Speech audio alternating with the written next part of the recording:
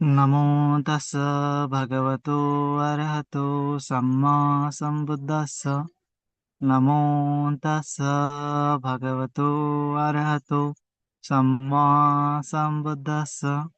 नमो तस् भगवतो अरहतो सम्मा सम्बुद्धस्स। विश्ववंदनीय महाकारुणिक तथागत सम्यक संबुद्ध तथागत द्वारा उपदिष्टित आर्य सद्धम्म और तथागत का पवित्र पावन ऐसा भिक्खु संघ। प्रथमतः इन तीन रत्नों को मैं त्रिवार वंदन करता हूँ। वैसे ही जिन जिन महापुरुषों ने धम्म का प्रचार प्रसार किया, उनके प्रति भी कृतज्ञता व्यक्त करता हूँ। तथा जिन जिन लोगों की वजह से मुझे धम्म सीखने को मिल रहा है, उनके प्रति भी कृतज्ञता व्यक्त करता हूँ। तथा जुड़े हुए सभी शील संपन्न श्रद्धावान उपासक उपासिकाएं, बालक तथा बालिकाएं सभी के प्रति मंगल मैत्री मंगल कामना करता हूँ।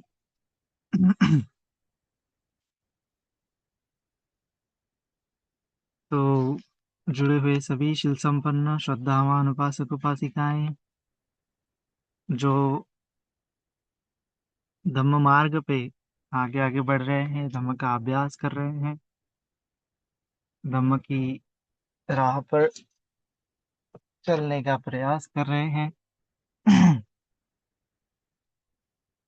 तो सभी के लिए आवश्यक है। किसी ने मुझे कहा था कि बहुत सारे लोग हैं, प्रश्न पूछते रहते हैं। तो किसी ने मुझे पूछा कि बंते जी, शील पालन करते हैं, शील पालन का तो हमें लाभ पता है कि शील पालन करने से फलाना फलाना लाभ होता है, लेकिन अगर शील नहीं पालन करेंगे तो क्या हानि होती है। तो शील पालन करने की हानि के बारे में पूछा गया है। तो जिस प्रकार से लाभ होते हैं उसके विपरीत ही हानि होती है। अगर हम शील नहीं पालन करते तो हमारा क्या क्या नुकसान हो सकता है ना। इस बारे में भी भगवान जी ने कई उपदेश दिए हैं, आप सभी लोगों ने सुने भी हैं। थोड़ा सा आज मैं उसके ऊपर बोलना चाहता हूँ कि जैसे भगवान जी ने बताया है धम्मा या फिर सम्यक दृष्टि बताया है। तो सम्यक दृष्टि बताते वक्त भगवान जी बताते हैं कि कोई चीज अगर हम पालन करेंगे, अच्छी चीज है, तो उसका जाहिर है कि अच्छा विपाक मिलेगा, अच्छा लाभ होगा। और अगर कोई चीज बुरी है, अगर वह हम आचरण करते हैं, तो उसका विपाक हमें बुरा मिलेगा, दुख मिलेगा, है ना। इस प्रकार से ये सम्यक दृष्टि का तत्व भगवान जी ने हमें समझाया है ना। तो इसी के साथ साथ बुद्धिज्म आगे आगे बढ़ता है। तो अगर आपको लाभ पाना है, तो लाभ पाना है तो आपको कुछ ना कुछ अच्छा अच्छा ही करना पड़ेगा। काया वाचा मन के माध्यम से अच्छी अच्छी चीजें ही करनी पड़ेंगी तो ही लाभ मिलेगा। अगर काया वाचा मन के साथ अच्छी चीजें नहीं करते हैं तो लाभ नहीं मिलता है ना। और बहुत बार कैसा होता है कि जैसे कर्म के सिद्धांत के बारे में बताया है, तो कर्म के सिद्धांत ऐसे होते हैं कि जो चार प्रकार के होते हैं। तो कभी कभार दिट्ठ धम्म वेदनीय कर्म होते हैं कि जैसे आज कर्म किया और आज ही उसका विपाक हमें मिलता है ना। तो अगर आज आज ही हमने समझो अच्छा काम किया तो उसका अच्छा रिजल्ट हमें देखने को मिलता है। और कभी कभार बुरा काम किया तो बुरे रिजल्ट हमें देखने को मिलते हैं। जैसे हमने अच्छा किसी की मदद की तो सामने वाला व्यक्ति हमें अच्छा है तो वह हमारी मदद कर देता है ना। अगर बुरा व्यक्ति है तो वह हमारा नुकसान कर देता है। हमने बुरा काम किया, चोरी की, तो आज ही हमें पुलिस पकड़ के ले जा सकती है। तो बुरे कर्म का इंस्टेंटली हमें रिजल्ट मिलता है। कुछ कुछ ऐसे कर्म होते हैं कि जो करने के बाद कर्म सिद्धांत के अनुसार उसके विपाक जो होते हैं लंबे समय अंतराल मिलते हैं, है ना। तो अगर आपने जिंदगी भर बुरे बुरे कर्म किए, शायद आपने चोरी करते गए तो आप पकड़े नहीं गए कभी, लेकिन एक समय आएगा कि आप पकड़े जाओगे। तब उस समय में सारे के सारे चोरी के कर्म के विपाक आपको उसी टाइम में मिल जाएंगे। कभी कभार ये जो अपरापरीय कर्म होते हैं कि लाइक कई जन्मों के बाद भी उसके विपाक आपको मिल सकते हैं, तो ऐसे भी कर्म के विपाक होते हैं। और कभी कभार ऐसा होता है कि कर्म के विपाक जो होते हैं अहोसी कर्म बोलते हैं कि कर्म के विपाक मिलते ही नहीं है, है ना। तो कुछ कुछ कर्म ऐसे भी होते हैं। तो शीलों के बारे में भी ऐसा ही है। चाहे आप शील पालन करिए या फिर दान करिए, दान और शील के बारे में यही कहा जाएगा कि उसके कर्म के विपाक या तो आपको वर्तमान क्षण में इंस्टेंटली मिलेंगे, यही के यही मिलेंगे, या तो उसका जो विपाक है आपको लंबे अंतराल के बाद में मिल सकता है ना। बहुत सारी हमने कथाएं सुनी है कि पूर्व जन्मों में जिन्होंने दान किया था उसका कर्म का विपाक उनको इस जन्म में मिल रहा है ना। पूर्व जन्म में किसी ने शील पालन किया होता है तो उस जन्म का विपाक उनको अगले जन्म में देवता लोगों का जन्म मिलता है। तो ये भी होता है। तो शील पालन करने का विपाक या तो आपको वर्तमान में ही दिखाई दे सकता है, या तो आपको भविष्य के जन्मों में भी दिखाई दे सकता है। तो दोनों प्रकार से होता है ना। तो जितना आप आ, आ, एक्सट्रीमली शील पालन करते हैं या फिर शील खंडित करते हैं, शील पालन नहीं करने के विपाक हम आज देख रहे हैं ना। तो अगर शील हम खंडित करते हैं तो पहले तो होता है कि शील पालन करना, बहुत सारे लोग होते हैं जो शील पालन करते हैं, बहुत सारे लोग होते हैं जो शील खंडित करते हैं, और ऐसे भी लोग होते हैं कि जिनको शील के बारे में पता ही नहीं होता है। और या तो ना तो वो शील खंडित करते हैं ना तो वो शील पालन करते हैं, ऐसे ज्यादातर लोग होते हैं, है ना। ना तो वो शील पालन करते हैं ना ही ज्यादा खंडित करते हैं। तो ऐसे लोग जो होते हैं वो अहोसी कर्म ज्यादातर कर लेते हैं, ना तो उनको अच्छे विपाक मिलते हैं ना तो उनको बुरे विपाक मिल रहे होते हैं, है ना। और उनकी लाइफ जस्ट चल रही होती है, छोटे मोटे अगर वो कुशल कर्म करते हैं तो उनके हिसाब से उनको आगे आगे की जो पुण्य कर्म के हिसाब से जन्म मिलते हैं, अच्छे अच्छे जन्म मिल सकते हैं। और इसीलिए जो शील है, सबसे पहले ये भी महत्वपूर्ण बात है, ये भी हमें समझना जरूरी है कि शील एक्चुअली होता क्या है ना। क्योंकि जितना हम अच्छे से शील को समझेंगे कि शील एग्जैक्टली क्या होता है, तो उतना हम उसको अच्छे से पालन कर सकते हैं। अगर हमको शील क्या है यही समझ में नहीं आया तो हम उसको अच्छे से पालन नहीं कर सकते हैं। तो इसीलिए शील क्या है ये हमें समझना बहुत जरूरी होता है ना। तो भगवान जी ने जैसे काया के शील भी बताए हैं, वाचा के भी शील बताए हैं और मन के भी शील बताए हैं, है ना। शील मतलब साधारण ढंग से कहा जाए तो मन का संवर बोला गया है।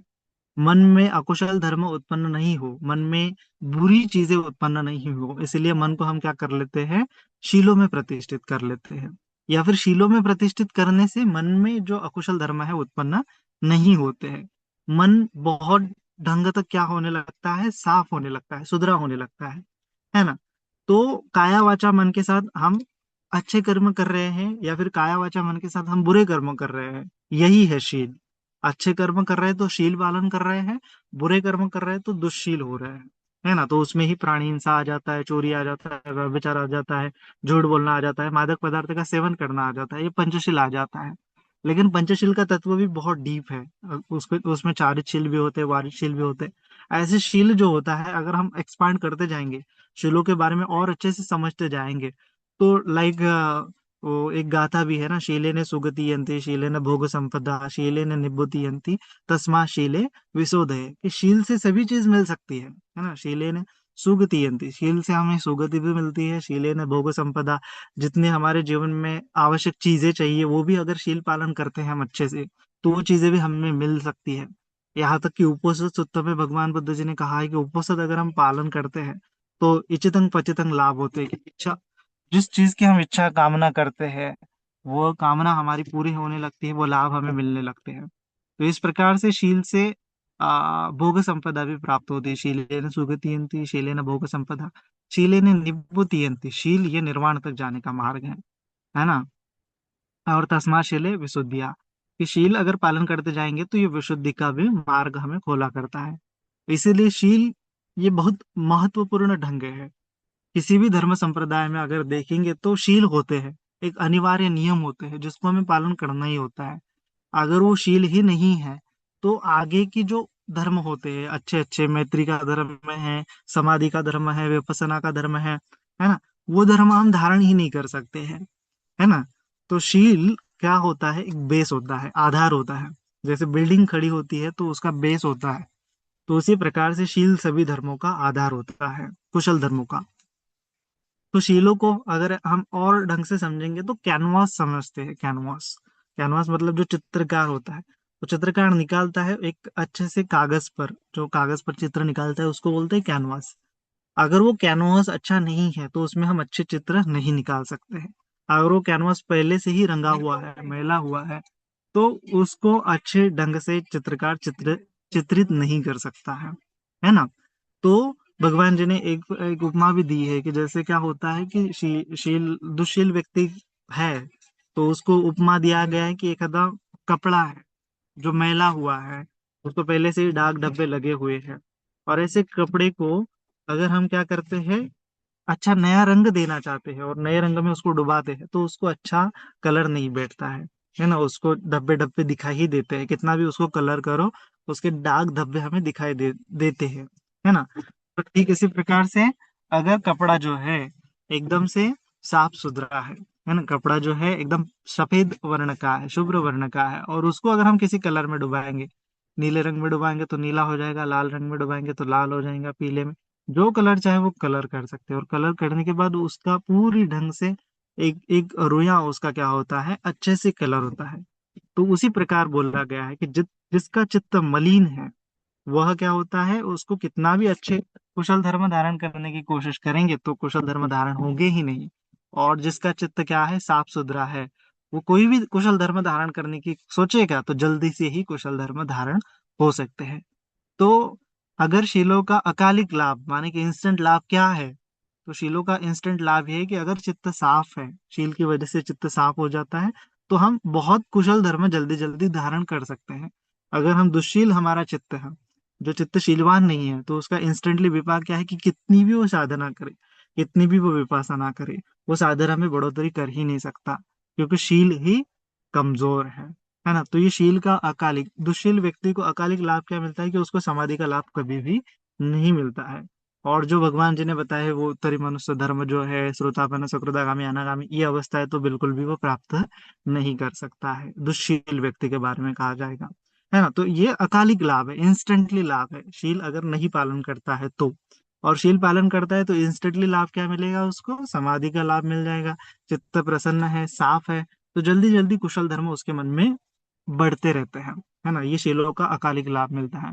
फिर उसके बाद अगर वो दुश्शील रहता है तो उसका समाज में जो अच्छा नाम नहीं होता है, बोलते हैं नेम एंड फ्रेम उसको नहीं मिलता है ना। जो दुश्शील व्यक्ति है, जैसे हम देखते हैं कि एक आधा व्यक्ति अगर बार बार झूठा बोलता रहता है तो उसके उसके ऊपर कोई विश्वास नहीं रखता है, उसकी बात कोई सुनता नहीं है। कोई व्यक्ति अगर पियक्कड़ है, दारू पीता रहता है, तो समाज में उसकी रिस्पेक्ट नहीं है, नशापतन करता है तो सभी लोग उसको गाली गलौज करके, छोटे बच्चे भी उसको चिढ़ाते हैं, उसका कोई रिस्पेक्ट नहीं होता है। लेकिन जो व्यक्ति शीलवान होता है उसके समाज में क्या होती है, एक रिस्पेक्ट होती है, तो शील पालन करने से रिस्पेक्ट भी मिलती है ना। फिर शील पालन, दुशील अगर व्यक्ति है तो उसकी रिस्पेक्ट चली जाती है।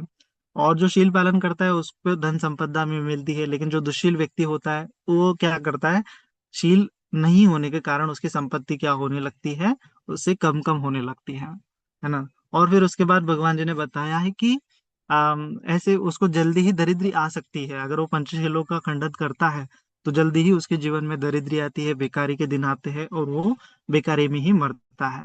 और मरते समय में उसका चित्त क्या हो जाता है, एकदम व्यापाद से हो जाता है, उसके चित्त में बहुत सारा व्यापाद आता है, उसके चित्त में बहुत सारे बेचैनी आ जाती है, वो अच्छे चित्त से कभी नहीं मर पाता है, क्योंकि दुशील होने की वजह से उसका चित्त एकदम मैला हो गया। अब मरते समय में मैला चित्त है तो और ज्यादा दुखी उत्पन्न होता है, और फिर मरने के बाद भी उसकी क्या होती है, दुर्गति होती है ना। मन मैला है, दुखी है तो भारी होता है, तो उसके कारण वो नीचे जाता है, दुर्गति को चला जाता है ना। और इसके विपरीत जो अच्छे से शील पालन करता है उसको समाज में रिस्पेक्ट मिलती है, समाज में रिस्पेक्ट मिलने के बाद वो जो है उसकी धन संपदा भी बढ़ोतरी होती है। फिर उसके बाद मरते समय में भी उसका जो मन होता है साफ सुथरा होने के कारण विचलित नहीं होता है, और बड़े अच्छे शांति के साथ उसको मरण आता है, और मरने के पश्चात भी वह सुख का अनुभव करता है, माने कि देवता लोगों का सुख जो है, ब्रह्म लोगों का सुख जो है वह अनुभव करता है। लेकिन जो दुष्शील व्यक्ति है वो इसी जन्म में भी उसकी अकालिक लाभ हम देखते हैं कि उसके वचन में जो सच्चाई, क्योंकि सच्चाई नहीं होती, अगर बार बार झूठ बोलने का वो शील खंडित करता है, झूठ बोलता रहता है, तो उसके बात में वो दम नहीं रहता, उसके बातों में जो वजन नहीं होता, उसकी बातों में सच्चाई नहीं होती है। तो सत्य और शील अगर देखा जाए तो एक ही है, जैसे भगवान जी बहुत बार हम ये बोलते हैं ना, सदाचरण करना होता है। सदाचरण का अर्थ क्या है, सदाचरण करने का मतलब है सत्य और आचरण, ये दो शब्दों से बना हुआ है। और सत्य आचरण करने के लिए आपको, सत्य आचरण कर रहे हैं इसका मतलब आप शीलों का पालन कर रहे हैं। सत्याचरण नहीं कर रहे हैं इसका मतलब आप शीलों का पालन नहीं कर रहे हैं। तो जो व्यक्ति, जैसे तथागत बोलता है, तथागत जो बोला जाता है ना, तथागत मतलब जैसा बोलता है वैसा करता है, और जैसा करता है वैसा बोलता है। तो शीलवान व्यक्ति का यही गुण होता है कि जो जैसा बोलता है वैसा करता है, और जैसा करता है वैसा ही बोलता है। तो इसीलिए वो सदाचरण व्यक्ति का क्या होता है, बढ़ोतरी होती है जीवन में। और जो सदाचारी नहीं होता है उसका अ, दुर्गति होने लगती है, अवनति होने लगती है ना। और कभी कभार ऐसा होता है कि जो शील के दुश्शीलता के परिणाम जो है इसी जन्म में हमें नहीं दिखाई देते हैं। जैसे कि बहुत सारे राजा हो गए हैं जो बहुत क्रूर थे, जैसे रिसेंटली हम देखेंगे तो हिटलर का उदाहरण देखा जाता है। तो उसने हजारों लोगों की हत्या की है, हजारों लोगों को मारा है, प्राणी हिंसा का शील खंडित किया है। तो इस जन्म में उसको दिखाई नहीं देता है कि उसके विपाक क्या मिल रहे हैं, है ना। और फिर वो खुद सुसाइड करके मर जाता है। तो अभी उसको कितना विपाक मिला ये तो कोई जानकार नहीं है, तो हमें नहीं बता पाते। लेकिन भगवान बुद्ध जी के समय में जितने दुष्शील थे जिन्होंने प्राणी हिंसा की थी, तो वो डायरेक्टली कहाँ चले गए थे, अविची नरक में चले गए थे, है ना। नरक तक जा सकते थे, कोई प्रेत योनि में जाता था, कोई असुर योनि में जाता था, कोई तिरछान योनि में जाता था, है ना। यही क्या होते हैं, दुष्शीलता के विपाक होते हैं, है ना। अभी तो ये हमें, अगर एक छोटा सा हमारा 100 साल का मनुष्य का आयुष्मान देखेंगे, तो हमें उस चीलों के विभाग मिल भी रहे हैं कि नहीं भी मिल रहे हैं, दुश्शीलता के विभाग मिल भी रहे हैं कि नहीं भी मिल रहे हैं, ऐसा हमें एक डाउट होता है ना। एक डाउट होता है, एक संशय होता है। लेकिन भगवान बुद्ध जी ने कहा है कि ये सब होता है, उन्होंने खुद ये नरक देखा है, उन्होंने खुद सुगति देखी है, दुर्गति देखी है ना। तो बुद्ध के समान एक रिलायबल इंसान हमारे पास नहीं है कि जिसके ऊपर हम ट्रस्ट कर सके। तो भगवान बुद्ध जी खुद सदाचारी होने के कल चलते, खुद तथागत होने के चलते, हम उन पर आंख मूंद कर विश्वास कर सकते हैं कि तथागत ने कहा है कि स्वर्ग होता है, नरक होता है ना। शील होता है, शीलता का सुगति का विपाक होता है, दुश्शीलता का दुर्गति का विपाक होता है। तो ये बुद्ध की वाणी ही हमारे पास एकमात्र परिणाम है, ये शीलों के विपाक और दुशीलता के विपाक को जानने का। तो बुद्धवाणी के आधार पर ही हम क्या करते हैं, आप लोगों को समझाते हैं, है ना। तो हमें ये बुद्ध के ऊपर श्रद्धा रखते हुए, बुद्धवाणी के ऊपर श्रद्धा रखते हुए दुशीलता के विपाक से डरना चाहिए। भगवान जी ने जैसा बताया, पाप भीरुता, है ना, पाप कर्म करने से डरना चाहिए, है ना। हिरि ओतप्पा भी बोलते हैं उसको पाली भाषा में, कि पाप करने में एक तो लज्जा होनी चाहिए, शील खंडित करने में एक तो लज्जा होनी चाहिए, और एक तो डरना चाहिए कि अगर मेरा शील खंडित हो जाता है तो मुझे दुश्शीलता के विपाक भुगतने पड़ेंगे, है ना। और मेरा चित्त कभी सुख को उत्पन्न नहीं हो सकता, मेरा चित्त कभी समाधि को उत्पन्न नहीं हो सकता, मेरा चित्त कभी निर्वाण को उत्पन्न नहीं हो सकता। इस प्रकार से डरना चाहिए शील खंडित करने से। अन्यथा क्या हो सकता है कि हम प्रमाद में रहते रहते बहुत सारे शील खंडित करते करते क्या हो सकते हैं, दुर्गति सुगति दुर्गति इसी चक्कर में कटे रहेंगे, चलते रहेंगे। तो इसीलिए हमें शीलों के साथ ये समाधि का भी अभ्यास करते रहना चाहिए, बार बार मैत्री का भी अभ्यास करना चाहिए, और बार बार ध्यान साधना का भी अभ्यास करना चाहिए। क्योंकि ये शील समाधि प्रज्ञा इन तीनों अंगों को अगर हम एक साथ पालन करेंगे, तो हमारा चित्त बहुत जल्दी साफ होता जाएगा, हल्का होता जाएगा, और इसी जन्म में हम निर्वाण को पा सकते हैं। अगर हमने ये ऐसा नहीं किया, तो क्या हो सकता है, हमें निर्वाण हमारा बहुत दूर हो सकता है। तो निर्वाण को पाने के लिए हमें शीलों को बहुत अच्छे से आचरण करना है, प्रैक्टिस करनी है, और शीलों का जो गुण धर्म है, प्रॉपर्टीज है, शीलों का महत्व जो है, समझते हुए बहुत शीलों के ऊपर श्रद्धा रखनी चाहिए। क्योंकि श्रद्धापन्न व्यक्ति भी वही होता है कि जो शील कभी खंडित नहीं करता है, उसका एक गुण होता है, एक प्रॉपर्टी होती है कि अगर वो मर भी जाए, किसी ने कहा उसको कि तुम्हें एक तो मार देंगे या तो तुम ये चोरी करो, तो वो मरना क्या करेगा, स्वीकार करेगा, ऐसा कहा जाता है। इतना उसकी श्रद्धा होती है शील पालन करने के ऊपर।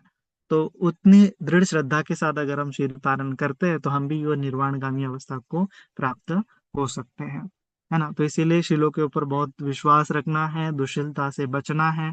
बहुत सारे लोग दुश्शीलता में जीते हैं, बहुत सारे लोग करप्शन करते हैं, बहुत सारे लोग कंजूस है, दान नहीं देते, तो मुझे भी वैसा रहना चाहिए, ऐसे सोचना नहीं चाहिए। भगवान बुद्ध जी ने कहा है कि इन कृपणता वाले लोगों में, जो कंजूस लोगों में, मैं क्या करूंगा, दान देते हुए विहार करूंगा, ऐसा सोचते हुए मुदिता भाव मन में जागना चाहिए, है ना। इस दुश्शीलता भरे जग में, इस दुश्शीलता भरे जगत में, लोगों में मैं शीलवान बन के विहार करूंगा, ऐसा सोचना चाहिए। इस क्रोधी दिखने वाले समाज में मैं अव्यापात की भावना करते हुए, मैत्री की भावना करते हुए विहार करूंगा, ऐसा सोचना चाहिए। या प्रमादी लोगों में मैं अप्रमाद की भावना करते हुए विहार करूंगा, ऐसा सोचना चाहिए, है ना। ये ध्यान नहीं करने वाले लोगों में मैं सजगता के साथ ध्यान के बढ़ोतरी करते समय विहार करूंगा, ऐसा सोचना चाहिए। क्योंकि बाकी लोगों का अगर हम आचरण करेंगे तो ये उचित नहीं है। अच्छे लोगों का, पंडित लोगों का हमें आचरण अनुकरण करना चाहिए, है ना। असेवना च बालानं पंडितानं च सेवना पूजा च पूजनीयानं एदं मंगलम उत्तमम। कि जो बाल बुद्धि वाले लोग हैं, मतलब जो शील पालन नहीं करते, शीलों का महत्व नहीं समझते, है ना, प्रमाद में जीवन जीते, उनको बाल बुद्धि बोला गया है। उनसे दूर रहना चाहिए, उनके जैसा व्यवहार नहीं करना चाहिए, उनको कॉपी नहीं करनी चाहिए। पंडित आनंद सेवना, जो पंडित लोग हैं, शीलों का महत्व समझते हैं, है ना, उनके साथ रहना चाहिए। उनके जैसा बनने की कोशिश करनी चाहिए, है ना। तो इस प्रकार से शीलों का जो महत्व है खुद समझते हुए, खुद मन में उसका चिंतन मनन करते हुए, अच्छे से योनिसो मनसिकार करते हुए, शीलों के ऊपर क्या करना चाहिए, हमारी श्रद्धा उत्पन्न होनी चाहिए कि हाँ, शील है और शील के अच्छे विपाक भी है ना। और कुछ कुछ ऐसे भी विपाक है कि जो इसी जन्म में मैं पा सकता हूँ। जैसे ध्यान लगाना, मन को प्रसन्न रखना, और निर्वाण को प्राप्त करना, ये इसी जन्म में पाने लायक शील के विपाक है। तो इसको हमें पाने के लिए बहुत अच्छे से शील को पालन करना है और प्रयास करना है। ठीक है, तो आज के लिए इतना ही। सभी के लिए मंगल मैत्री मंगल कामना करता हूँ। सभी का मंगल हो, सभी का कल्याण हो, सभी जन सुखी हो, सुखी हो, सुखी हो।